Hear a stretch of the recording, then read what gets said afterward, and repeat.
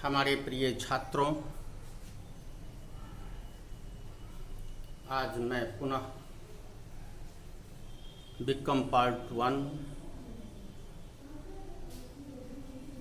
के क्लास में ऑनलाइन में हूँ। आप लोगों को पहले हम सूचित कर दिया था और विभागीय रूटीन के अनुसार अगर हमारे साथ अभी आप लोग जुड़े हैं तो आज मैं पार्ट 1 कॉमर्स के छात्रों के लिए पुनः मैं दूसरी क्लास में उपस्थित हूँ, जिसमें हमने पिछली क्लास में डिसोल्यूशन ऑफ पार्टनरशिप का अध्ययन किया था। डिसोल्यूशन ऑफ पार्टनरशिप का हमने अध्ययन किया था। इसका इंट्रोडक्शन,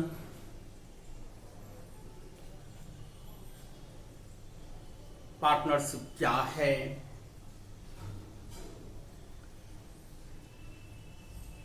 पार्टनरशिप व्यापार किस अवस्था में होती है और पार्टनरशिप के जन्म के बाद उसी चैप्टर में कोई पार्टनर का एडमिशन होता है जिसे हम प्रवेश कहते हैं। उस फॉर्म के लिए फिर हम पार्टनरशिप रिटायरमेंट को अध्ययन किया था, के बारे में बताया था। उसी तरह से पार्टनरशिप, पार्टनर के डेथ के बारे में भी बताया था। और आज हम उस स्टेज पर हैं जो बीकॉम पार्ट 1 के छात्रों के लिए अति आवश्यक है। अधिकांशतः प्रत्येक वर्ष अधिकांशतः इस चैप्टर से परीक्षा में प्रश्न रहते हैं, इसलिए हम सब छात्रों को इस पर गहरा से अध्ययन करना चाहिए। आज की स्थिति में मैं इस बिंदु पर पहुंचा हूं जिस पार्टनरशिप फॉर्म का या पार्टनरशिप का डिसॉल्व होता है, उसमें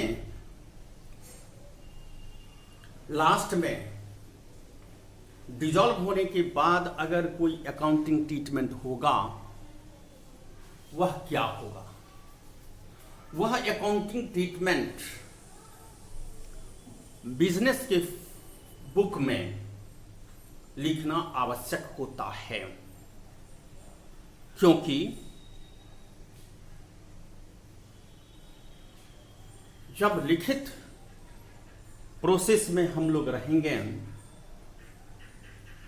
तो उस चार्ट को, उस अकाउंट को सभी साझेदार आपस में मंथन कर, सही कर अपने व्यापार को बंद करने का प्रयास करेंगे और अपना अपना जो पूंजी शेष बचा है उस पूंजी को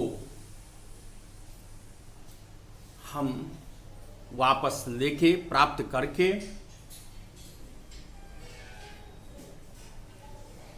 अपने अपने स्थान ग्रहण करेंगे, या कोई साझेदार के आवश्यकता अनुसार पूंजी उतना नहीं है जिसे भुगतान किया जाएगा, ऐसी स्थिति पर हमारे अकाउंटिंग ट्रीटमेंट कहता है, रूल कहता है, जिस साझेदार की कैपिटल में डिफिशियंसी या कमी होगा तो वह रकम पुनः लाएगा।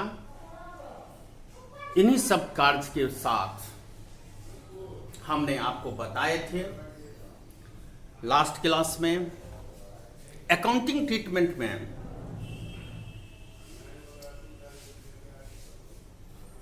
हम जर्नल एंट्री बनाएंगे,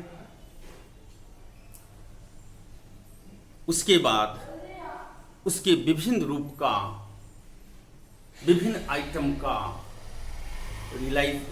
खाता बनाएंगे, लेजर बनाएंगे, और उस लेजर से आधार पर फिर लास्ट में हम बैंक अकाउंट बनाएंगे, जिसका उल्लेख हमने पिछले क्लास में किया था। आज हम आ रहे हैं अकाउंटिंग ट्रीटमेंट पर, जिसका हेडिंग है अकाउंटिंग। आप हमारे साथ लिख सकते हैं, ट्रीटमेंट ऑफ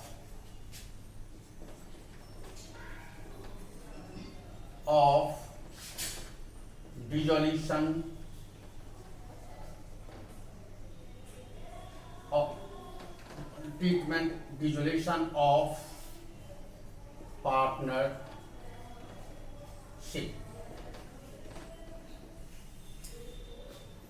हम पहले जर्नल एंट्री बना देते हैं, क्योंकि हम जानते हैं हर एक आइटम का जर्नल एंट्री बनेगा,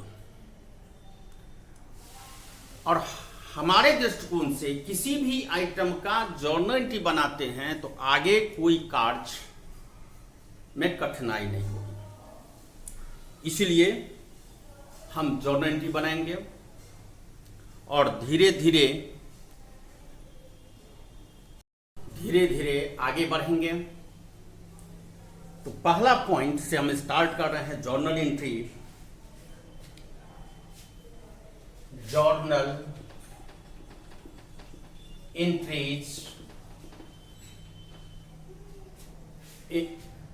entries to closing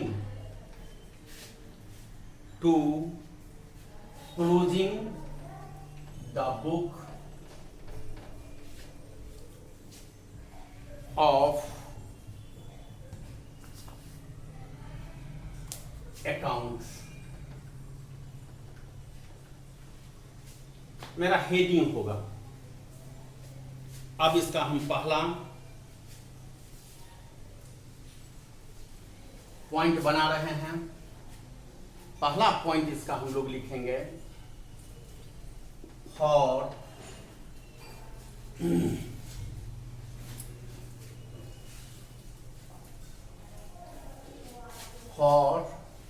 the closing account of various assets। Various assets का मतलब है जितना सारा हमारे बैलेंस शीट में, फॉर्म के बैलेंस शीट जो है उसमें जितना सारा एसेट है उसको हम इसमें ट्रांसफर करेंगे। और ट्रांसफर करने का मतलब होता है जो रियलाइजेशन अकाउंट में डालना पड़ेगा। उसके लिए हम लोग बनाएंगे realisation account debit to various assets account. Various assets में प्लांट होगा, डेटर होगा, स्टॉक होगा, फर्नीचर होगा, इन्वेस्टमेंट होगा। इन सभी आइटम को इसके साथ एक एक करके लिखना पड़ेगा, एक एक कर। हम नेक्स्ट क्लास में कभी जाएंगे या नेक्स्ट क्वेश्चन कोई प्रॉब्लम पढ़ाएंगे तो आपको हम बताएंगे। सभी लिखना चाहिए, हम तो थ्योरेटिकल पढ़ा रहे हैं इसीलिए वेरियस शब्द का यूज किया है। इसका नरेशन लिख सकते हैं, बीइंग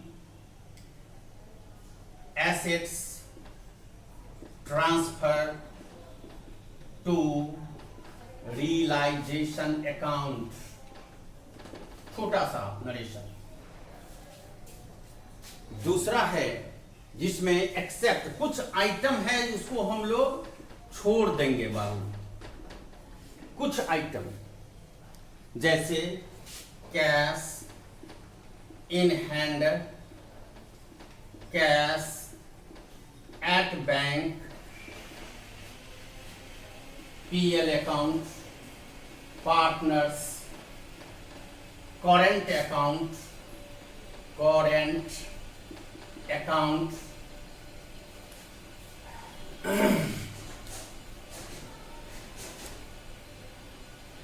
रिजर्व या प्रोविजन और रिजर्व, प्रोविजन और रिजर्व, इतना चीज को छोड़ हम देंगे।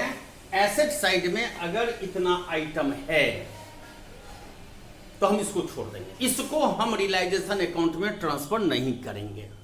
कारण कैश का हम नहीं करेंगे, बैंक में जो रुपया नहीं है वो नहीं करेंगे, पीएल अकाउंट का नहीं करेंगे, पार्टनर्स करेंट अकाउंट का नहीं करेंगे, और प्रोविजन फॉर रिजर्व। जैसे प्रोविजन फॉर रिजर्व क्या होता है, जैसे आपको एसेट साइड में लिखा है 16,000 एसेट्स, भीतर कॉलम में डेटल 16,000, तो 16,000 में इसमें रिजर्व करता है, रिजर्व रहता है 500, यानी 500 नहीं लिख सकते हैं किताब का, जो आप नहीं लिखे। कहां लिखिए, तो इस 500 रुपया को डेबिट साइड में लिख दीजिए। लेकिन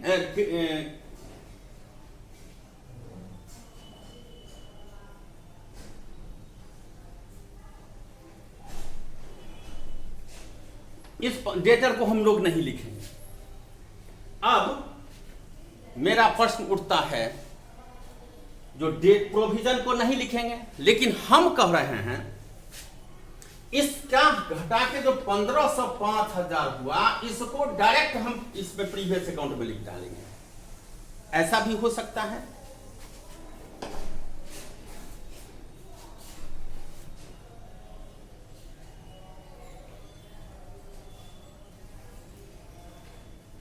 ठीक है, यह आइटम हम लोग लिखेंगे। ध्यान रखिएगा, एकदम ध्यान रखिएगा। Cash at bank, PL, partners current account, provision reserve या कोई आइटम है डेटर के साथ लगा हुआ, तो इसको हम लोग नहीं लिखेंगे। अब नेक्स्ट आइटम मेरा आएगा, हम नेक्स्ट आइटम पर जा रहे हैं। थोड़ा नेक्स्ट आइटम मेरा आएगा, दूसरा पॉइंट,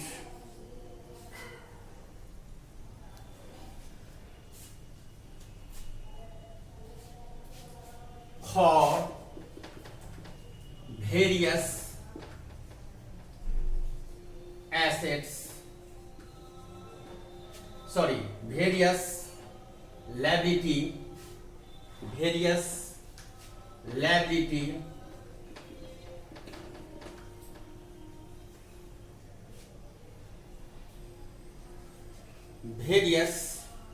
फॉर क्लोजिंग अकाउंट लिख दीजिए, जोड़ दीजिए वो, क्लोजिंग अकाउंट वेरियस लायबिलिटी, इसका एंट्री हम करेंगे। यानी लायबिलिटी साइड जितना सारा आइटम है उस आइटम को हम लोग इसमें डेबिट साइड में डालेंगे।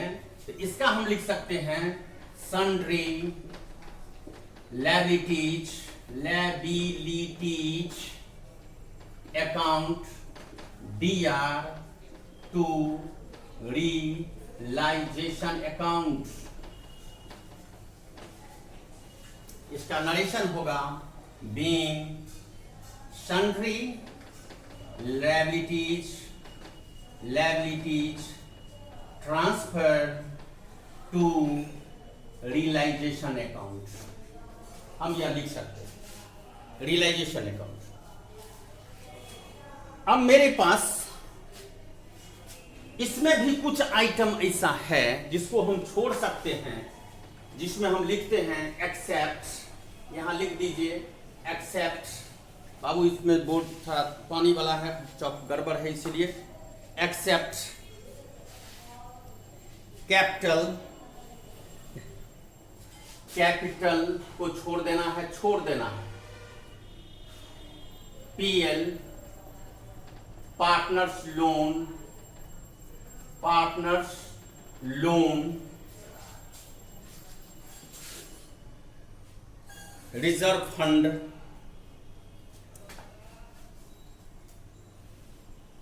रिजर्व फंड, रिजर्व फंड इत्यादि एक दो आइटम और आ सकता है। कोई भी फंड होगा, इसको हम यहां नहीं लिखेंगे, तो ये हो जाएगा, हम लोग कर लेंगे। तीसरा पॉइंट मेरा आ रहा है, थोड़ा बोर्ड हमको सपोर्ट नहीं कर रहा है।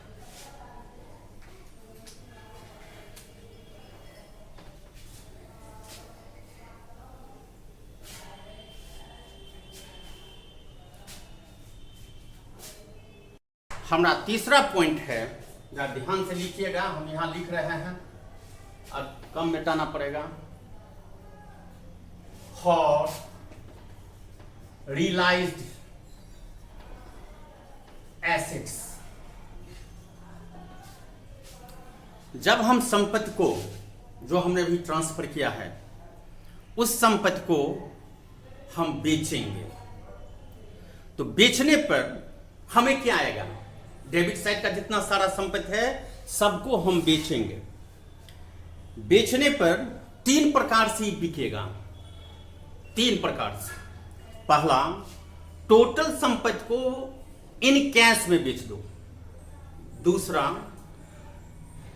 उसमें से कुछ संपत्ति अगर कोई पार्टनर लेते हैं, अगर कोई पार्टनर लेते हैं, और ऐसा भी हो सकता है, तीसरा पॉइंट, जो कोई संपत्ति क्रेडिटर द्वारा भी लिया जा सकता है, क्योंकि क्रेडिटर को उस संपत्ति की आवश्यकता होगी या जो हो, उसके आधार पर उसका जो क्रेडिटर का पैसा है उसके अगेंस्ट में क्रेडिटर भी ले सकता है। जैसे पहला पॉइंट हम बता रहे हैं, जैसे पहला पॉइंट है, अगर हम कैश से सभी संपत्ति को बेचेंगे तो लिखेंगे हम बैंक अकाउंट, बैंक या कैश भी लिख सकते हैं आप, डेबिट टू रियलाइजेशन अकाउंट। इसका नरेशन होगा, बीइंग एसेट्स रियलाइज्ड, इतना भी लिख सकते हैं, रियलाइज्ड या asset sold.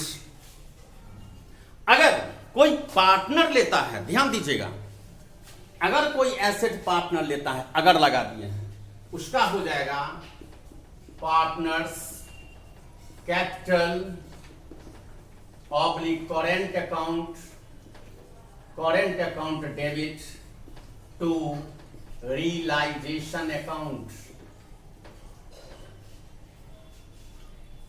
being assets taken by partners। अगर कोई एसेट्स क्रेडिटर लेता है तो ऐसी स्थिति में हम नहीं बनाएंगे। काहे नहीं बनाएंगे? हो सकता है हम क्लास में कभी और बताएंगे, वही सब भी बता देते हैं। क्रेडिटर का जितना पैसा है और उसमें से जो संपत्ति ले रहा है उसमें से घटा के उसको हम पेमेंट कर देंगे, रिलेशन अकाउंट का हमारा बैलेंस ठीक रह जाएगा। इसीलिए नहीं भी लिख सकते हैं, रिक्वायरमेंट इसका नहीं है। अब मेरा तीसरा पॉइंट हो गया। अब हम चौथा पॉइंट पर आए हैं। चौथा पॉइंट है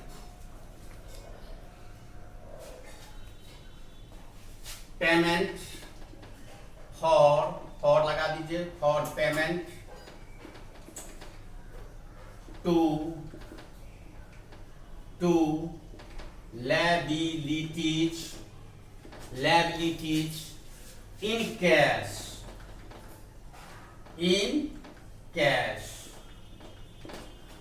कैश के द्वारा अगर पेमेंट लायबिलिटी उसको देंगे, जितना सारा लायबिलिटी है, हम जो अभी लिखाए हैं उसको छोड़ के जितना सारा लायबिलिटी है उसको हम लोग कहां लिखेंगे, कहां बोलिए,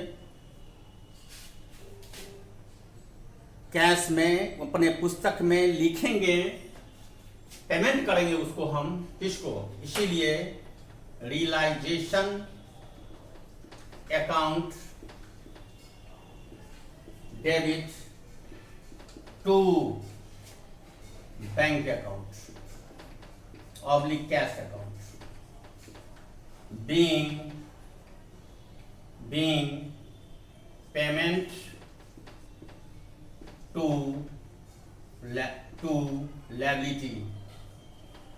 liabilities.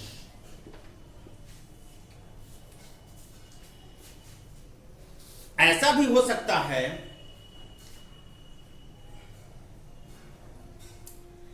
पेमेंट अगर हमारा साझेदार कहेगा तो हम पेमेंट कर देते हैं, हम अपने स्टाइल में करेंगे, हम अपने ढंग से कर देंगे, ई लायबिलिटी मेरे जिम्मा दे दीजिए, कोई पार्टनर अगर कहेगा तो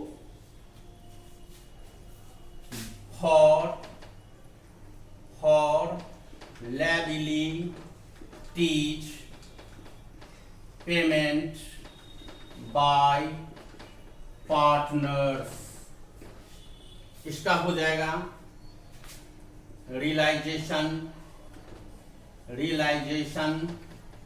account DR to partners capital या current account being liabilities paid by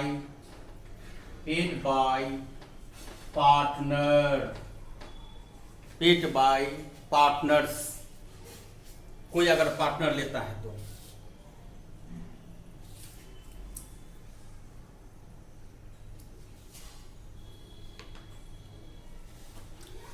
अगर ऐसा हो सकता है इज लायबिलिटी का पेमेंट तो कर दिया, फिर कोई पार्टनर कहेगा जो ई लायबिलिटी मेरे जिम्मे छोड़ दो, उसका भी यही एंट्री होगा, ऐसा हो सकता है। अब हम खर्चा पर जा रहे हैं, हमारा जो खर्चा होगा रियलाइजेशन एक्सपेंसेस का खर्चा होगा, बड़ा इंपॉर्टेंट बात बता रहे हैं, इसको हम लोग थोड़ा देखें, हम लोग अध्ययन करें। जो realisation expenses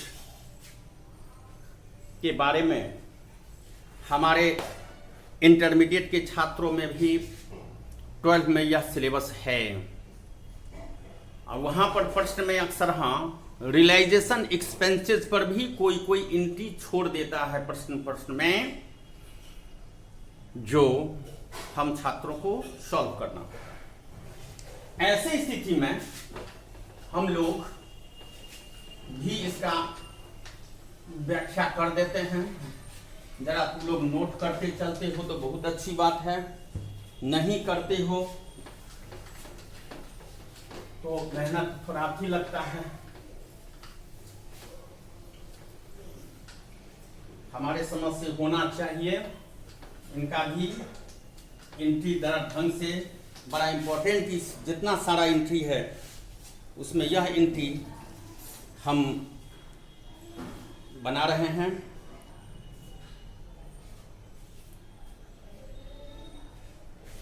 for realization expenses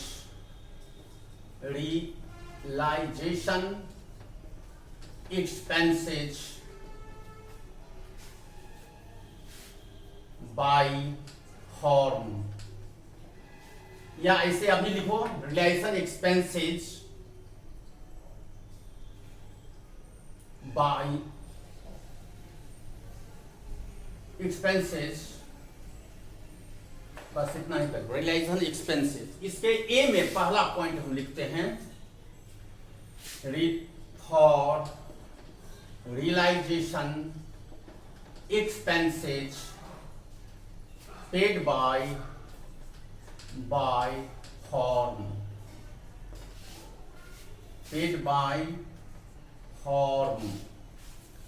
हमारा व्यापार जो है रियलाइजेशन एक्सपेंसेस को पेड करेगा। अब कहिएगा रियलाइजेशन एक्सपेंसेस होता क्या है? बाबू, कोई भी खर्च करोगे, कोई भी कार्य करोगे, कुछ न कुछ खर्च होगा। व्यापार तुम्हारा, व्यापार उन पार्टनरों का है, सब कुछ उनका है, अपने से भी बना सकते हैं। ऐसी स्थिति में भी वह पार्टनर स्वयं ले लेगा खर्च, जो हम बताने जा रहे हैं आगे। इसका एंट्री हम बनाएंगे realisation expenses, relation account debit to bank account.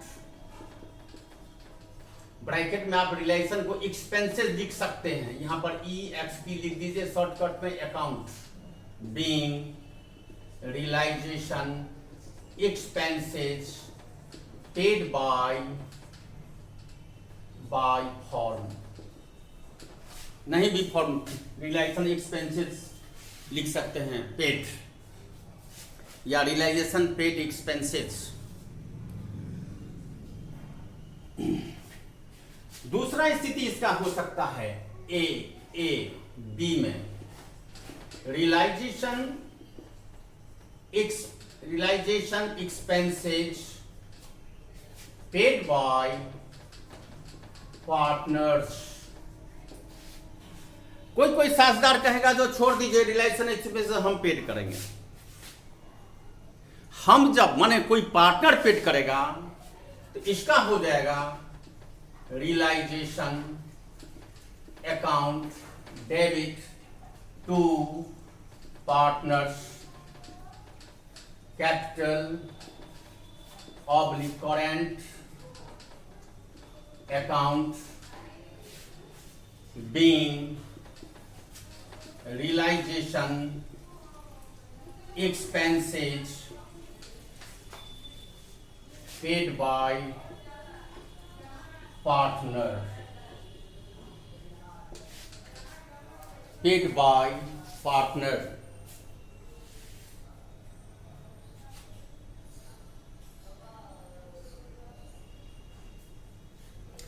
कभी कभी होता है, हमारे समस्या है, कभी कभी होता है जो पार्टनर कहता है कि रिलेशन आप इसको तोड़िए व्यापार को, इसका जो खर्च आएगा, इसका जो खर्च आएगा उस खर्च में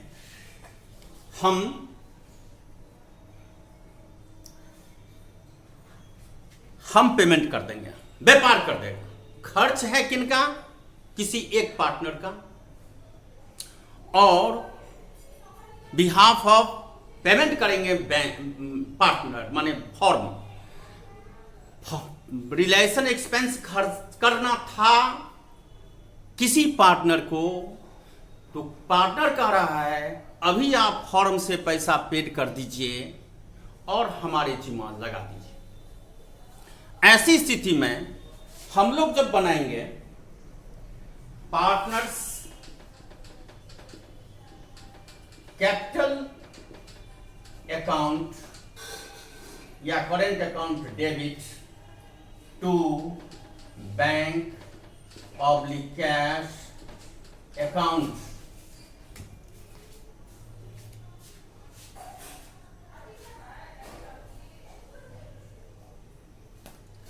इसका एंट्री हो जाएगा narration for realisation expenses paid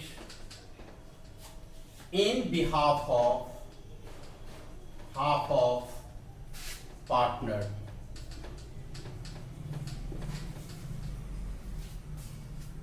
यह खर्चा का एंट्री हो जाएगा।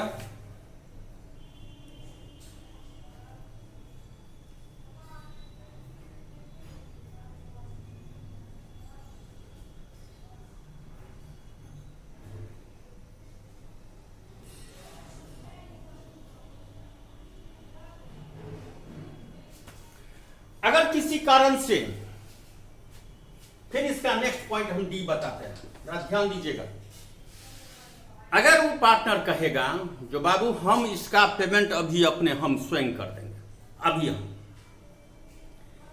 अभी हम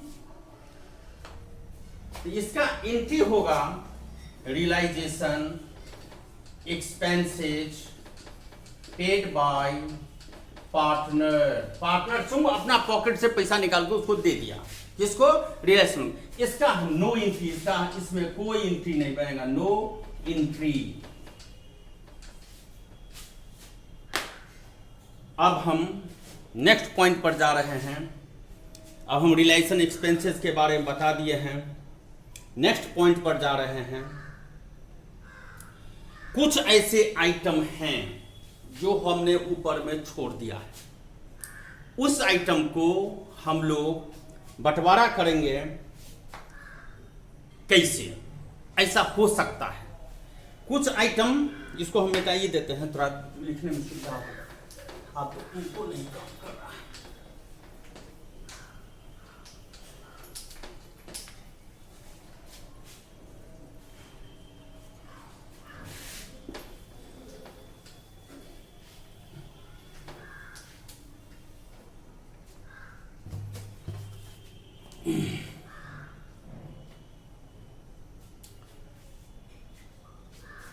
फॉर नेक्स्ट पॉइंट हमारे इसमें से 7वां होगा, फॉर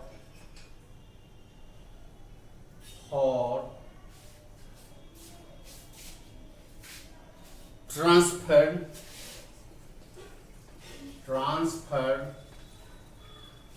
रिजर्व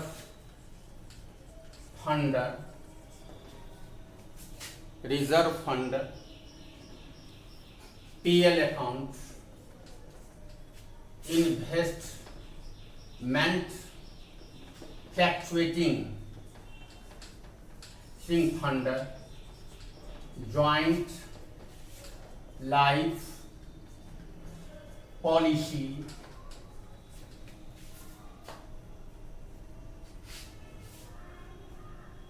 इन सारा अकाउंट को हम लोग ट्रांसफर अगर करेंगे, इस सब अकाउंट को जो हम लायबिलिटी साइड में छोड़ चुके हैं, हम दूसरा एंट्री में जो लिखाए हैं उस सब आइटम को छोड़ के उस आइटम को हम लोग करेंगे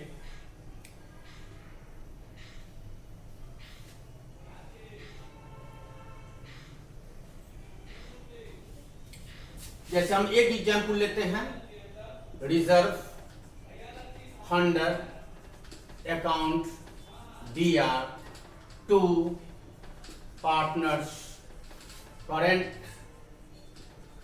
oblique capital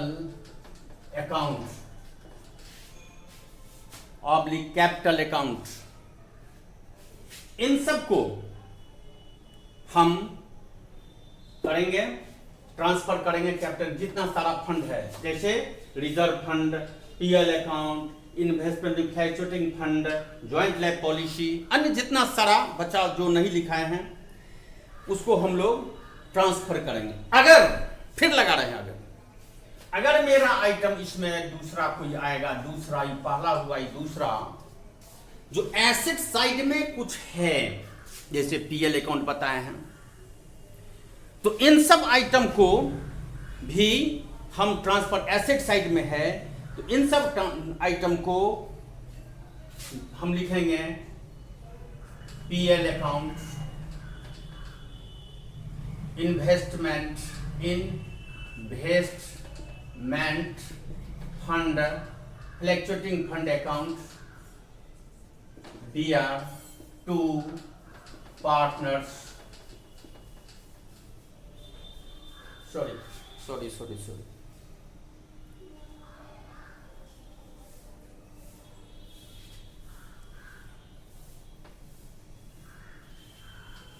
partners, capital account, DR। देखो इंक खत्म हो गया, हम नेक्स्ट क्लास में इस पर बात करेंगे। थोड़ा इंक खत्म होगा, इंक का व्यवस्था करते हैं आज, तब करेंगे, हम नेक्स्ट क्लास से बात करेंगे। Thank you.